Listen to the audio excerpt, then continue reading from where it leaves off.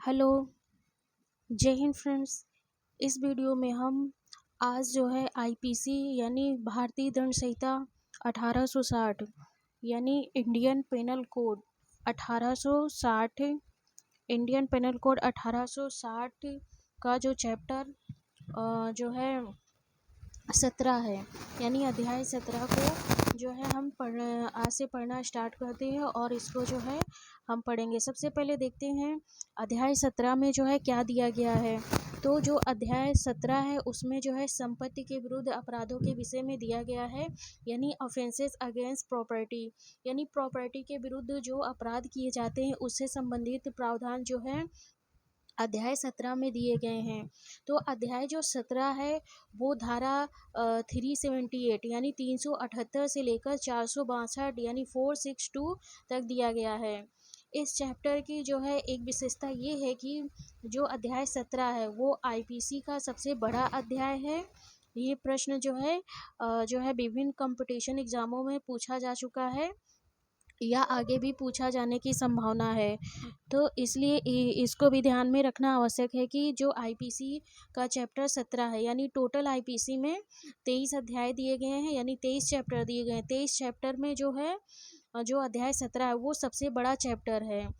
और जो आईपीसी का जो है सबसे जो छोटा चैप्टर है, ये भी प्रश्न जो है पूछा जा चुका है। जो आईपीसी का जो सबसे छोटा चैप्टर है वो 23 यानी 23वां अध्याय है, जो सबसे छोटा, जिसमें केवल एक ही धारा दी गई है जो 511 है।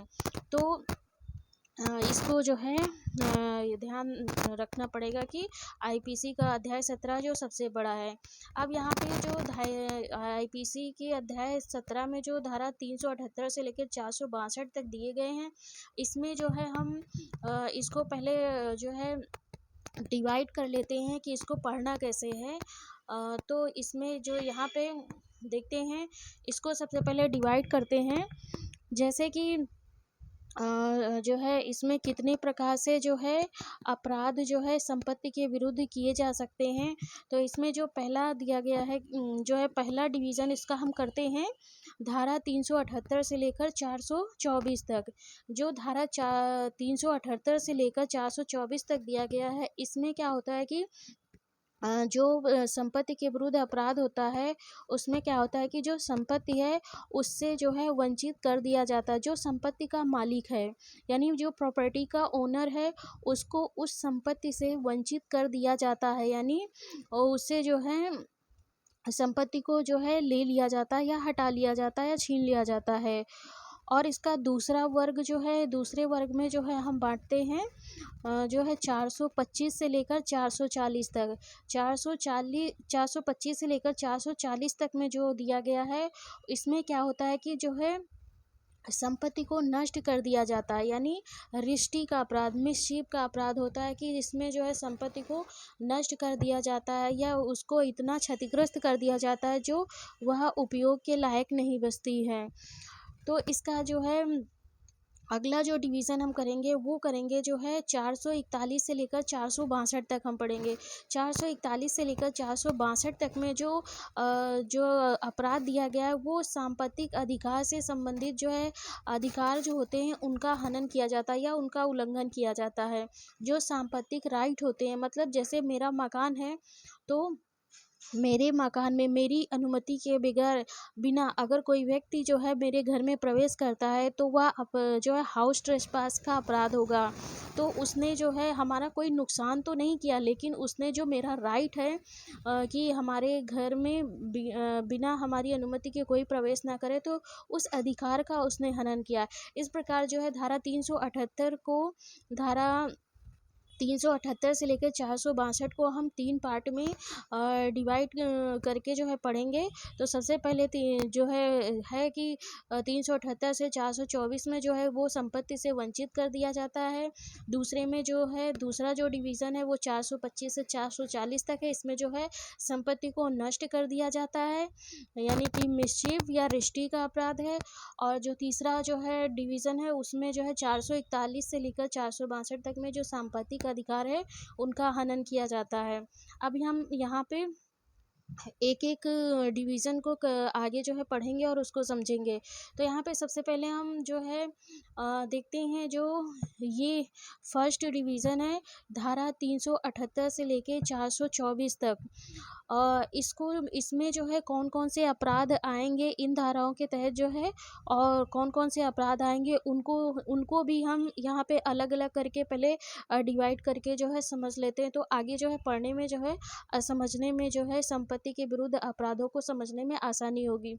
तो यहाँ पे देखते हैं जो धारा 378 से लेकर 382 तक में दिया गया है, वो थेफ्ट यानी चोरी से संबंधित जो अपराध दिए गए हैं उससे संबंधित हम पढ़ेंगे, यानी 378 से लेकर 382 यानी 382 तक जो है, यानी थेफ्ट के बारे में पढ़ेंगे।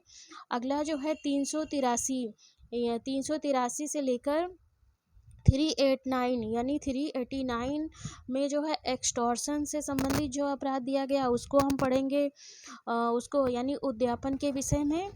और अगला जो है, अगली जो मतलब कि जो डिवीज़न है वो 390 से लेकर 402 तक पढ़ेंगे। 390 से लेकर 402 तक में जो दिया गया है वो लूट और डकैती के विषय में, यानी रॉबरी और डकैती के विषय में दिया गया है, तो इसको हम पढ़ेंगे। अगला जो है 403 से लेकर 404 तक में जो दिया गया है वो जो है संपत्ति के आपराधिक दुर्विनियोग के विषय में दिया गया, यानी मिस एप्रोप्रिएशन के बारे में जो आप है उसको दिया गया है।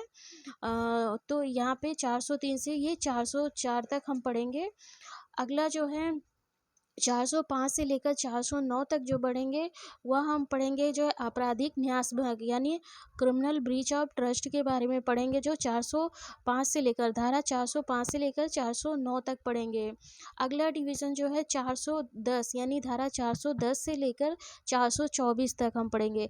धारा 410 से लेकर 424 तक में 414 तक में जो हम पढ़ेंगे वो पढ़ेंगे चुराई हुई संपत्ति प्राप्त करने के विषय में, यानी जो व्यक्ति चुराई हुई संपत्ति को मतलब कि लेता है उसके वो भी मतलब कि अपराध का दोषी होगा, उसके बारे में हम पढ़ेंगे। तो जो धारा 410 से लेकर 414 तक में दिया गया है। अगला जो है 415 अगला जो है 415 से लेकर 424 तक में जो है पढ़ेंगे। 424 तक में जो है 415 से लेकर 424 तक में जो दिया गया है वो चीटिंग यानी छल के से संबंधित जो अपराध है उसके बारे में दिया गया है, चीटिंग का अपराध कैसे होता है। तो इस प्रकार यहाँ पे पहले हम अध्याय 17 को जो है 17 का जो है अलग अलग धाराओं में जो है डिवीज़न किया है। इस तरीके से पढ़ने में जो है समझने में जो है थोड़ा आसानी होगी। आगे जो है एक एक अपराध को जो है आगे की मतलब कि समझ आगे की वीडियो में जो हम समझेंगे।